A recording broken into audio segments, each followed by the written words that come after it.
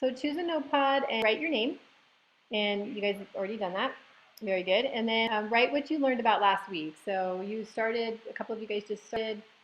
Dustin, I know you looked at it initially, so I want you to write in your notepad something that you learned about last week, just one thing. And then when you're done, write about what you might have struggled with or need help with. And this is just my way of being able to check in with you guys, see where you are, see what we need to look at and work on together. So go ahead and just start typing.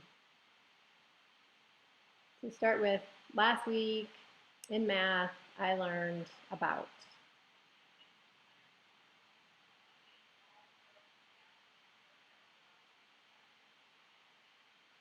Anyway, our webinars are not too long. We just usually have one kind of key thing we're going to go over. So today our objectives are just to understand the meaning of dispersion. That term is just confusing for people, and when they look at histograms, they're not always sure what I'm talking about. So we're just going to look at some histograms for dispersion and look at the meaning of that. And then these I just kind of keep up. Just remember, Stephen Kenny is available for free tutoring Tuesdays and Fridays at Central. Again, if you guys ever want to know who that is, just ask the teacher or me when I'm there, and I can introduce you. And then all this stuff is kind of the same, you know, just stay up to date. That's an easy way to pass is if you just stay current. We're in week 3 now, so you're kind of getting to that critical point where you do need to get working on that first week and that second week and get those done, and then you won't have a problem. But if you wait, you don't do much this week, you're going to be almost halfway through, and then it'll be a lot harder to catch up. Okay, so let's actually, don't worry, you guys are doing that. Let's actually move on to analyzing dispersion then. So we're looking at some histograms. And if you'll notice, these are histograms where the line, this curve, is just drawn in. So if you look at here, here's all the, on the far right here, here's all the bars of the histogram, right? And so what we've done is you can just draw a curve around those bars, and oftentimes you see it look like this, like the normal curve, that's called.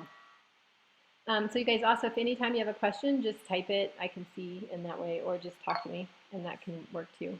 But anyway, so if you'll notice in these two right here on the left, one of these histograms is kind of skinny, and the other one is somewhat fat, I guess is what I would say. So I don't know, somebody just texted me from school. But anyway, this thin one means that the data is all clustered really close together, whereas this one that's spread out means that the data is more spread out. So this week, when you get to week 3, you'll be studying something called standard deviation. And another similar measure is called the mean absolute deviation. Those are all measures of dispersion. That's what that's called, that's dispersion. So how spread out everything is. You touched on it a little bit, I think that was in week 1 or 2 with range, but range is merely just the distance from the high point to the low point, whereas the standard deviation and the mean absolute deviation actually measures how far spread out everything is in between too. So if we look at this first one, this has a low standard deviation because the data is really clustered together. It's not really spread out versus this one on the right. A couple other examples. So this is the actual standard deviation of this data. Notice it's 73.4. It's pretty big, right? The data is spread out quite a bit. So in a way you can think of it as like every 73.4, whatever the measurement is, there's a new data point. So it's pretty spread out. Whereas this one here is only 37.9. So that's how you can tell it. The data is really clustered together. So one other thing I wanted to point out, like if you look at this one down in the lower left, the mean and the median on both of those would be the same because, like if I draw a line right down this, right down the middle here, the mean and the median are, this is another way to write mean, like population mean is 52. So on both of these graphs, the skinny one and the fat one, the mean is 52. So like this one right here, and I'll use a different color for the other one, compared to this green one, the means are the same. So you would have no way to know what that data looked like if you didn't understand dispersion. So when we find dispersion, we find the standard deviation as one measure. So on this pink one, the standard deviation is 6, right? But on the green one, the standard deviation is 12. So that's how you can tell that it's really far spread out. Okay, and then I want you guys to answer this question then based on kind of what we were talking about. So in this last graph here on the far right, you've got graph A, right? You've got graph B, and then you've got graph C. So which one of those has the highest standard deviation? And you can just type it in your notepad. A, B, or C?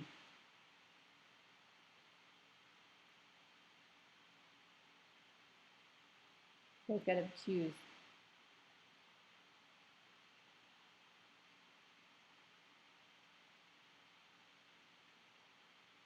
Okay, so here's A, right? Here's B right here. And then C is this one. So you guys type one of them. So Israel, which one do you think? Is the one that has the greatest standard deviation going to be A, B, or C? Israel, what do you think?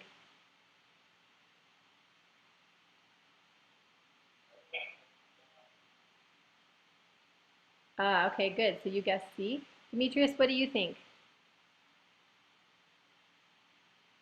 A, B, or C? Demetrius. I think one is B. Which one of these graphs, A, B, or C, has the greatest standard deviation? So you got to pick one. A, B, or C has the biggest standard deviation based on what we were talking about. Okay, good. Dustin, how about you? All right, so all you guys are saying C, and you guys are exactly right. That is C. And then the reasoning is, as you probably already figured out because of what we talked about up here, C is the most spread out, right? It's the most spread out versus A, which is the least spread out, and then B is kind of in the middle. So good. So one last thing with dispersion to show you guys, just to help you kind of understand that term.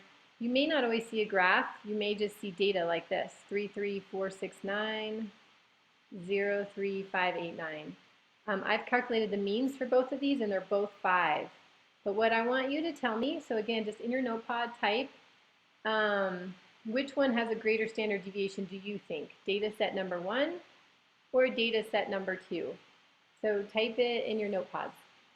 And Dustin, you can either type or you can wait and tell me once Israel and Demetrius go. I don't know what happened to Ashley today. She's always here. Okay. And then Israel, put, so good job answering me first, way to go. So put, you put your answer, go ahead and put why you think that, like type that into your notepad as far as why. So Dustin, what do you think, 1 or 2? Okay. Why do you think 2? Okay, so you think the numbers are more spread out? Okay. And Demetrius, why did you say 1?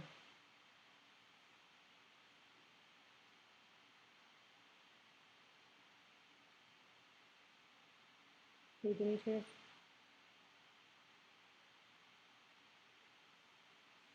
You guessed? You just guessed? Okay. And then Israel, because it is more, so your same reason as Dustin, more spread out? Okay. So yeah, so Demetrius,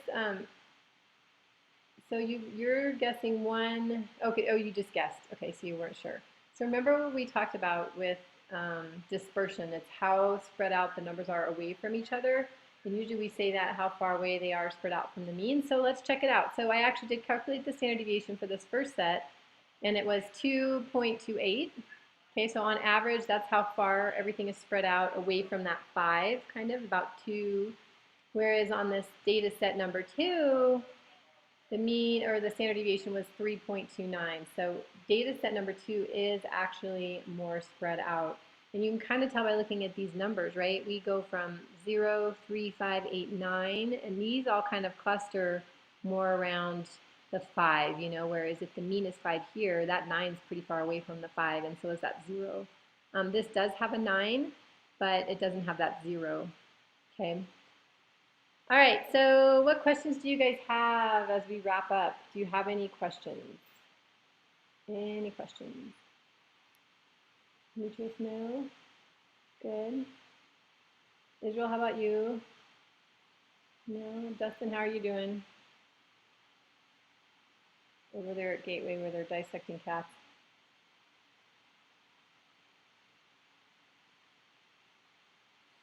Hey, Dustin.